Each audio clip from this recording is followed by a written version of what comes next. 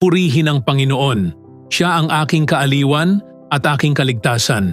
Magtitiwala ako at hindi matatakot, sapagkat ang Panginoon mismo ang aking kalakasan at aking tanggulan.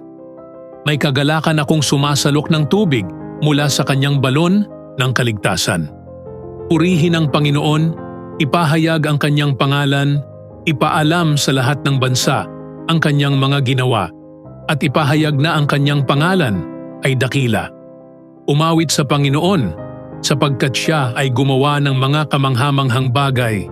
Ipahayag ito sa buong mundo. Sumigaw ng may kagalakan at umawit, bayan ng Zion, sapagkat dakila ang banal na isa na nasa inyo. Ibibigay niya ang ganap na kapayapaan sa mga ang isipan ay matatag, sapagkat nagtitiwala sila sa iyo. Magtitiwala kayo sa Panginoon magpakailanman, sapagkat ang Panginoon mismo ang walang hanggang bato.